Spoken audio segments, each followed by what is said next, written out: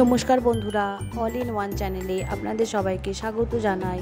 আশা করি সবাই ভালো আছেন, সুস্থ আছেন। আমরাও ভালো আছি।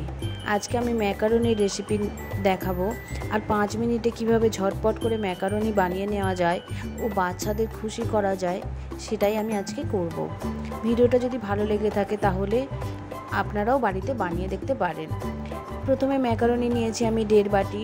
ম্যাকারনিটাকে সিদ্ধ করার জন্য জল দিয়েছি আমি 2 গ্লাস, লবণ দিয়েছি হাফ চা চামচের মতো। এবার ম্যাকারনি সিদ্ধ করতে দিয়েছি 5 থেকে 7 মিনিট। একেবারে হাই ফ্লেমে ওটাকে ফোটাতে হবে।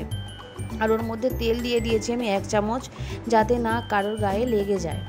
এবার পেঁয়াজ নিয়েছি একটা বড় সাইজের। পেঁয়াজটাকে দেখেছেন একেবারেই ছোট ছোট করে কুচো কুচো করে নিয়েছি।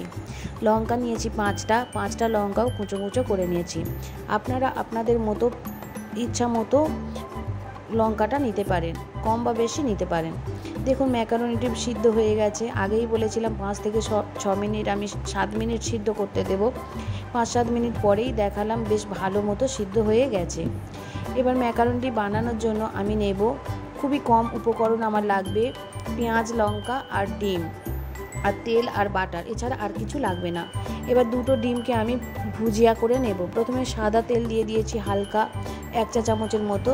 এবার দিয়ে ডিমটাকে ভুজিয়া করে নিয়েছি। 2টো ডিম আমি ভুজিয়া করে নিয়েছি। এবারে ম্যাকারনিটা আমি বানাবো বাটার দিয়ে ম্যাকারনি বানালে খুব ভালো টেস্ট হয়।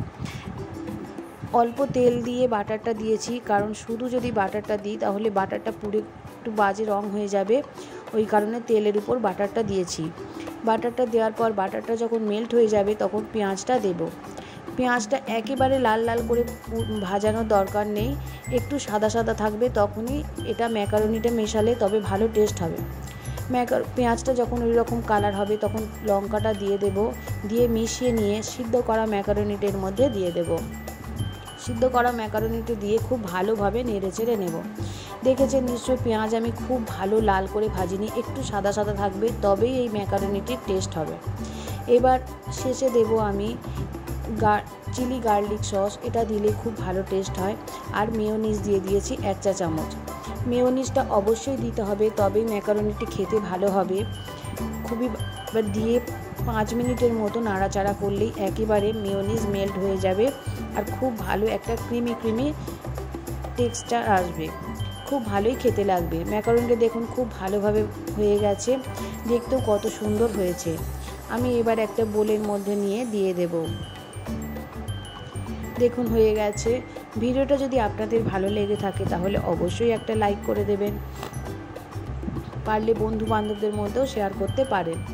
আপনি যদি পরিবারের সদস্য এখনও না হয়ে থাকেন তাহলে অবশ্যই সদস্য হবেন। পাশে থাকা বেল আইকনটি অবশ্যই প্রেস করে দেবেন। সবাই ভালো থাকবেন, সুস্থ থাকবেন।